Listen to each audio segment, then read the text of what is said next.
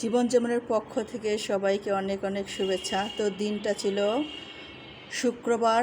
তো মেয়েদেরকে নিয়ে ওদের নাচের ক্লাসে যাচ্ছিলাম। তো বৃষ্টি ছিল,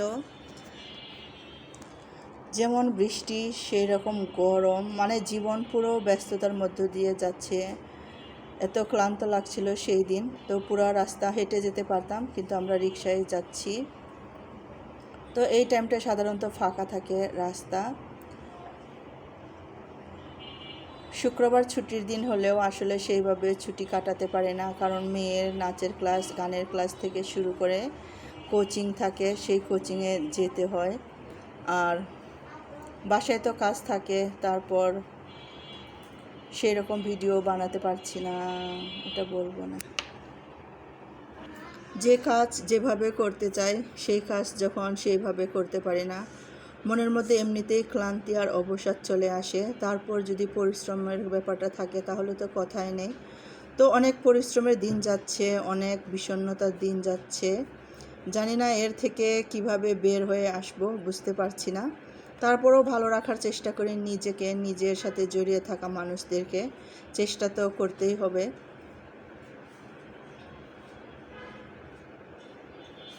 তো এই যে বিকেলের দিকে সব কিছু বন্ধ থাকে।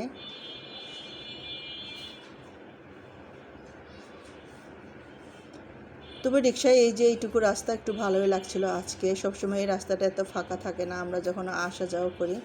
তো আজকে রাস্তাটা ফাঁকা, একটু বাতাসও লাগছে। রিক্সায় গেলে একটু শরীরে যে বাতাসটা লাগে সেটা অনেক ভালো লাগে, কিন্তু যিনি রিক্সা চালক ওনার শরীর থেকে কিছু একটা গন্ধ বের হলে, ওনারা যেহেতু পরিশ্রম করেন, ওনাদের কাজ যেহেতু অনেক পরিশ্রমের, তাই একটু তো গন্ধ বের হবে, এইটুকু তো মেনে নিতেই হবে, করার কিছু নাই। তবু বললাম, কেউ কিছু মনে করবেন না।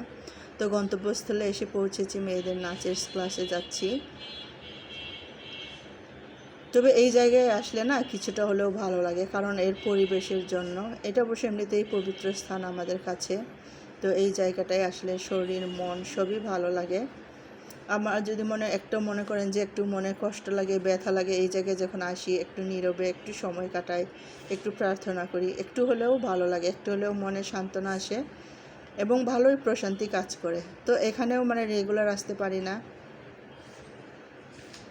আসলে শরীরে না শুধু যে ক্লান্তি অবসাদ এরকম না, আসলে শরীরে নিজেকে একটু অলস বানিয়ে ফেলছে আমার, এটা মনে হয়।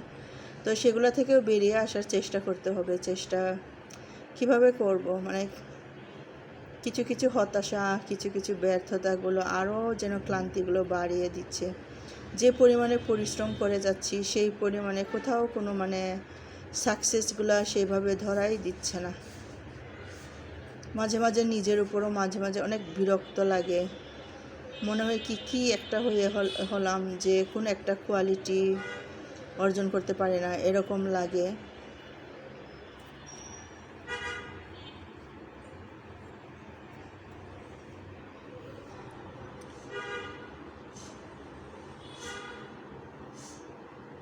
তো এই জায়গায় আসলে, এখানে যেহেতু কবরস্থানও আছে, তো এই জায়গায় আসলে মৃত্যুকেও স্মরণ করি।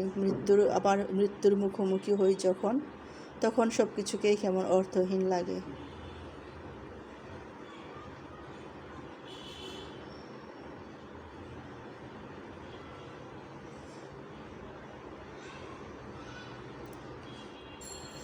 তো একদম গন্তব্যস্থলে এসে পৌঁছেছি।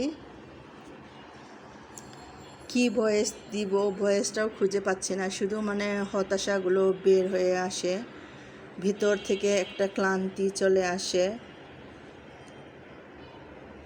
আরেকটা ঘটনা বলি, যেদিন ঝামেলা থাকে সেদিন কত ঝামেলা থাকে। তো নাচের ক্লাসে আসছি, তো একটা ব্যাগের মধ্যে যে আমাদের গ্যাস একটু মিটারের সমস্যা হচ্ছিল, গ্যাস কার্ড নিয়ে বের হয়েছি।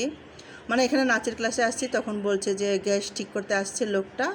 সারাদিন অপেক্ষা করেছি, আসে নাই। বিকেলবেলা আসছে যখন এখানে আসার সময়, তখন তো বলল যে এখানেই আসতে হবে, ওনারা গির্জাঘরটা চেনেন, গির্জার সামনে এসে দাঁড়াবে। তো আবার বাসায় দৌড়ে চলে গেলাম, 7 তলায় উঠলাম ওপরে, তারপর দৌড়ে গিয়ে কার্ডটা নিয়ে আসলাম। কার্ডটা নিয়ে এসে লোকটাকে খুঁজলাম, খুঁজে পেয়ে তারপর কার্ডের কাজটা উনি ঠিক করে দিলেন। তারপর এই যে এইখানে আসছি, তো একটা পার্সে রেখেছি কার্ডটা। এর মুহূর্তে মেয়েটা পানি খাবে, তো পানি বের করতে গিয়ে সেই কার্ডটা ফেলে দিয়েছে। বাসায় চলে গেছি, গিয়ে কার্ড পাঞ্চ করব, কার্ড অনেক কষ্টে আবার 6 তলার সিঁড়ি ওঠানামা করে আবার কার্ডটা, ভাগ্য ভালো যে এখানে ছিল, ঠিক যে জায়গায় মেয়েটা বোতল থেকে পানি বের করেছে ঠিক সে জায়গায় কার্ডটা পড়েছিল। তো কারোর চোখে পড়ে নাই, আসলে পড়ার কথাও ছিল না। তো এই যে মেয়ের নাচ একটু আজকে ভিডিও ধারণ করলাম। এটা হলো ওরা নাচ শেখে। তো জানালা দিয়ে, দরজা দিয়ে তো করতে পারছি না, জানালা দিয়ে একটু যতটুকু দেখা যায় ততটুকু।